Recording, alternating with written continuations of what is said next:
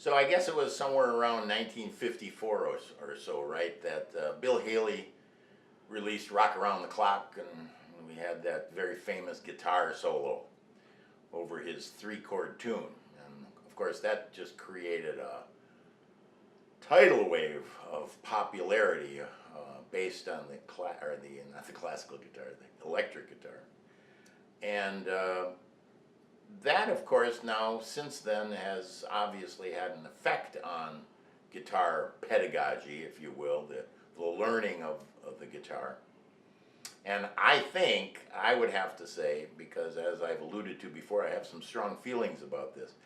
Again, it's not that I'm dead set against electric guitar. By no means. I actually love it. But I think I'd have to say that electric guitar has dumbed down the expectation of what can happen on a guitar quite significantly, and it really hasn't ever regained the level of expertise that one needs to actually play the guitar at a harmonically sophisticated level. Now, all of the technical things that are advanced by rock or electric guitar and blues guitar and pop guitar, beautiful stuff. There's some fantastic things, you know. I mean, adaptations to that guitar, it becoming a solid body guitar and super thin strings and high output pickups and etc. All the different amp possibilities that exist over the years or have existed now over the years.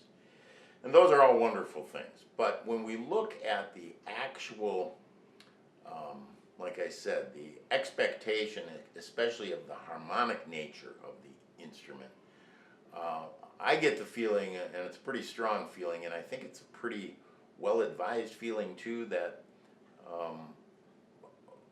that the pop instrument is not as sophisticated as the instrument when it's used in the art musics. And when I say art music, again, what I'm usually referring to in this series that we got going here is jazz and classical music and its portrayal on the guitar. So while the electric guitar remains by far, in a way, the most listened to instrument, the classical and jazz guitar takes a lot deeper understanding of the potential of the instrument.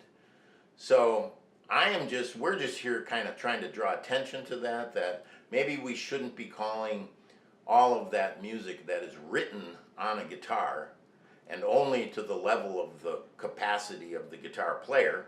In other words, you can't really write, if you're writing a guitar, or excuse me, if you're writing a piece of music and you're using guitar as your writing tool, the very strong likelihood is that you're only going to achieve the level of songwriting that you have as a guitarist. So you can't write things beyond your playing ability, because you tend to write as you go along and play things that you already know and then try to match lyrics or melodies to those chords that you might have as a starting point to writing your tune. Now again, I know that people are going to draw attention to a few examples of in the pop world that's not exactly true, that the guitarist is a profound guitar player and he understands the instrument to a huge degree. Well, that person is going to write more sophisticated music, of course. So we get into those pop music styles that we call progressive, whether it be your favorite progressive rock band. I'm not even going to mention any because there's a lot of them. I have my favorites. So that's my feeling again on this whole idea of the guitar being dumbed down. Ugh, that sounds like such a negative statement, but you know, I'm just saying what I think is true. You know, you want to compare even some great progressive rock music with the Bach chaconne, for example, or trying to play a fluent and understandable line over Countdown, let's say, John Coltrane's Countdown, or Inner Urge by Joe Henderson. These are two different worlds, trust me.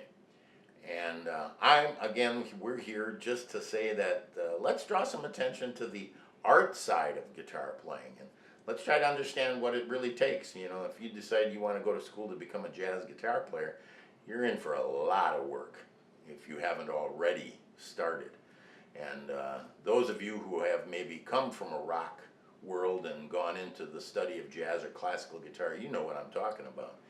The practice time goes from 3 hours of doodling around while watching television to maybe 8 or 9 hours of practicing very, very strategic lesson plans that come from a master teacher.